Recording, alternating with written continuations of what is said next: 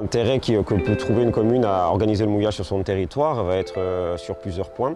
Un, la préservation de la nature des fonds, donc les herbiers de Posidonie qui rendent des services écosystémiques assez importants de manière globale, que ce soit pour l'activité de petite pêche locale, qui a une partie des espèces commerciales qui ciblent, qui vont passer une partie de leur vie dans ces herbiers-là. Ça peut être aussi la préservation de l'herbier de Posidonie va pouvoir aider à préserver les plages en hiver avec l'apport de banquettes qui va éviter l'érosion côtière. Derrière, c'est des choses qui vont coûter extrêmement cher à des collectivités. Si demain il faut re-ensabler des plages, il va falloir que les communes amènent de l'argent pour pouvoir le faire. On peut avoir d'autres arguments aussi au niveau de l'organisation des mouillages, qui est de la gestion de la fréquentation. Quand on avait 200 bateaux qui mouillaient dans la rade de Port-Cros, c'était très dense comme occupation et ça générait des situations conflictuelles entre les usagers qui s'en mêlaient les chaînes, qui se tapaient les uns contre les autres et on était appelé parfois à intervenir. Donc ça peut être aussi un élément qui appelle à la décision.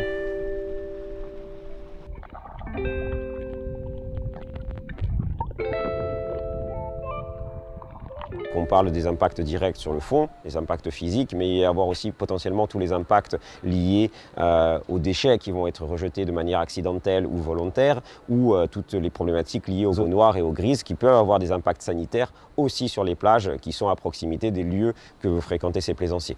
Donc on voit que les premières organisations du mouillage, de toute façon, elles sont faites pour ça, pour limiter l'interaction qu'il y a entre la plaisance et l'activité balnéaire et préserver la qualité, on va dire, des eaux de baignade.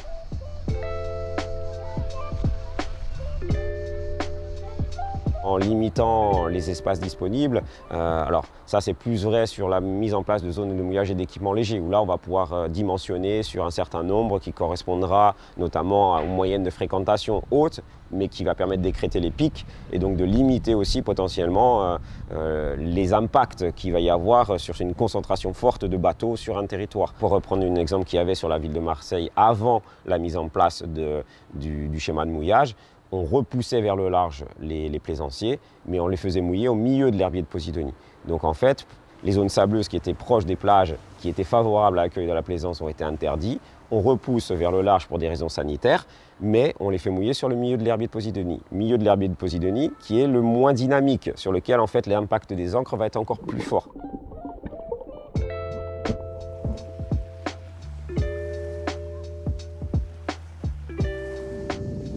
Il faut savoir qu'il n'y a aucun objectif économique derrière l'organisation du mouillage, si ce n'est une préservation des fonds marins qui ne fait pas perdre l'attractivité économique du territoire.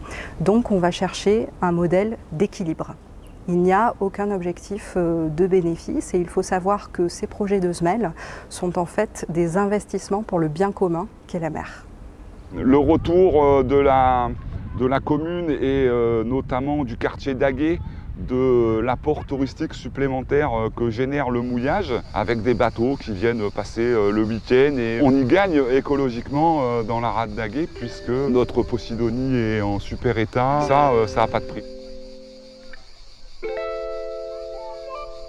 En termes de zone d'interdiction de mouillage, de concentration, là on est sur des simples plans de balisage qui sont des choses faciles pour des communes où on peut avoir un certain budget, mais qui permettent aussi d'être réalisables. Quand on passe sur la mise en place de zones de mouillage et d'équipements légers, qui sont des infrastructures plus lourdes, on peut arriver facilement pour des communes à récupérer 80% d'aide pour la mise en place de ces équipements et les aménagements, les travaux. Ce qui est surtout difficile pour les communes, c'est la partie fonctionnement. C'est comment on arrive durablement à maintenir ces équipements dans le temps et c'est surtout ça qui est le frein principal.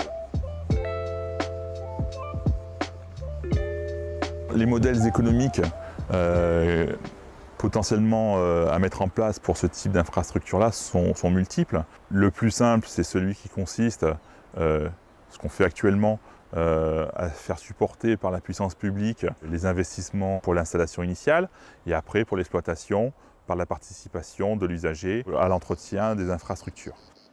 Une étude sur le modèle financier des SMEL est obligatoire en amont pour avoir après un équilibre financier au mieux de la SMEL par le porteur de projet. Et ensuite, les collectivités ou les porteurs de projet ont deux choix. Soit c'est une SMEL payante, soit c'est une semelle gratuite. Si c'est une semelle payante, je pense notamment à l'exemple du Parc national de Porquerolles qui a mis en place une semelle dans l'anse de Bagot, donc à Porquerolles. L'équilibre financier qu'ils ont réussi à avoir au bout de la 2e année, ils ont pu le réinvestir dans l'outil de réservation des bouées.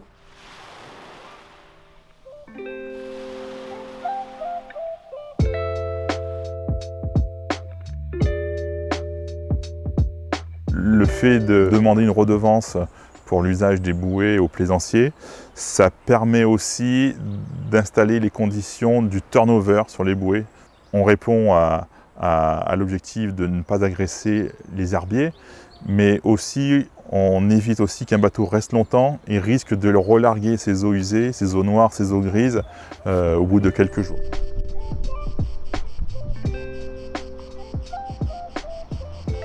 Nous, des zones de mouillage qui sont des vraies alternatives à l'interdiction de mouillage sur l'herbier, une volonté de le laisser aussi une partie gratuite pour faciliter le changement d'habitude. C'est-à-dire que les gens vont le faire si c'est facile.